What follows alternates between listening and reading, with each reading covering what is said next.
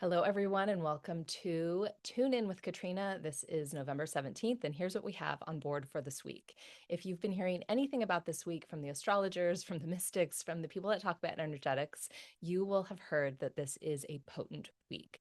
This week is going to stir up things for each of us, and in many ways, it will feel intense. And I don't know about you, but oftentimes, that's not necessarily what you want to hear for a week, right? You want to hear that everything's going to be peaceful and easy. But the reality is that this is a potent time. It's just a potent year. It's a potent time for us to really reclaim who we are as individuals, as a people, as a collective, to get to the truth of things and to stop living on the surface.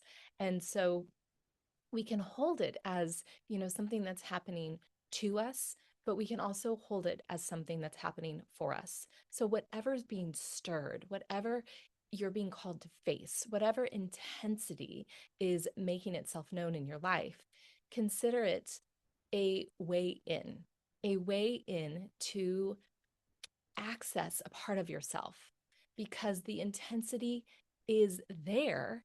You're feeling something intense because it is usually a place where the energy is bumping up against something, right? It's getting stuck. It's moving in a distorted way. Like there's a disruption in the energy flow. And so we can use any intensity that arises. Often it's an intensity, maybe in something, some people feel it physically, some people feel it emotionally, but it is, if we can look at it, sit with it, face it, we can move through the energy and unlock something within us. It helps liberate an energy that has maybe been held at bay. And what happens when we do that? Why do we want to do that? We want to do that because when we peel back these layers that are that are trapping our energy, or holding our, distorting our energy, whatever they're doing to disrupt the energy flow, what we arrive at is authenticity.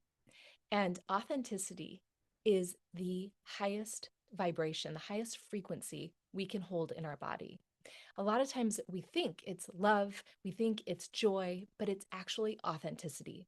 And what happens is over time, we learn to distort our authenticity. We learn to hide parts of ourselves and and prune parts of ourselves away according to how we can better fit.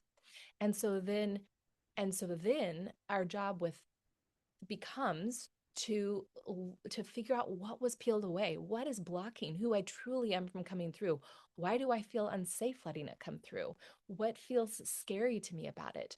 What like, why am I getting activated by certain things? And when we peel those layers back, when we face that shadow, when we liberate that energy, those parts of ourselves that are maybe hidden in the shadows, then we arrive at more and more of our authenticity. And so it's a reclamation of these aspects of ourselves that have been hidden away, cast aside, masked, right, in order to fit. And that then, like I said, distorts the energy. It can dilute our energy. It can create a warble in the field.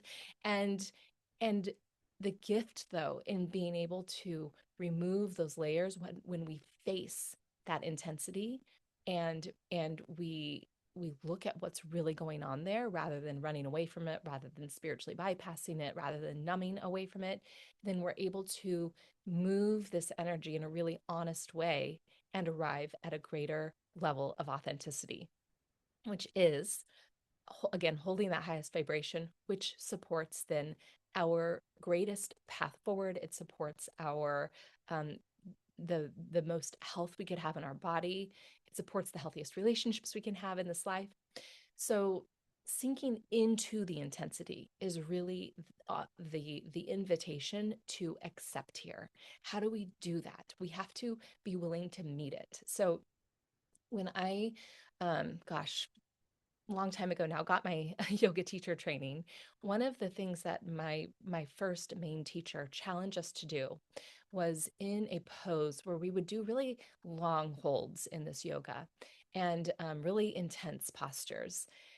And and she would challenge us to, when we thought we couldn't hold it any longer, when we felt like we had to come out, to hold one more breath, to hold maybe two more breaths, but to just see if we could sit with it for a tiny bit longer.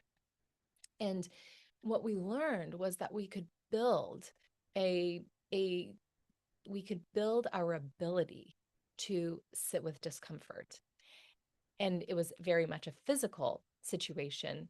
But if I could sit with discomfort, if I could breathe through the discomfort in a really conscious way and be aware of what was going on, then I could do that in any aspect in life. And when we can offer our breath and offer a moment of acceptance, offer a moment of discomfort to, in our willingness to face something, in our willingness to explore something, then then then we can learn something new. We can get at unlocking, liberating that energy. So being willing to feel without fixing, being willing to experience the body sensation in all of the discomfort it might hold in a moment of intensity, even if it's just for one breath, experiencing it fully, sitting with the energy, maybe letting it loosen just enough in that moment that, it can loosen a little bit more the next time, it can loosen a little bit more the next time, until it becomes free and more of your true energy, more of your authenticity can flow through. And one thing to remember in this is that emotions only last in our body physically, or I should say, should only last 90 seconds. The emotional experience that is activated by something that happens can be done in 90 seconds. But it doesn't always happen because we fuel it with our thoughts. We ruminate and move over and over through and through a situation. We keep fueling that emotion to reactivate and reactivate and reactivate, where we can then sit in an emotion for minutes, for hours, for days. And so just letting yourself experience it and notice if you're refueling it with the mind, and and come back into the body to just feel it, just breathe with it. Help that emotion move through you by sitting with it rather than having your mind try to fix it. And know that, we work with this one layer at a time. And every time we practice it, even if it's just for that extra breath, just sitting with it for that extra breath, we return a little bit more to ourself. Our vibration rises, and we begin to remember more and more of who we are, and we allow more and more of that truth to move through us. So that's the invitation for the week. Drop below anything that comes to you, anything you feel called to share, and I hope you have an incredible week.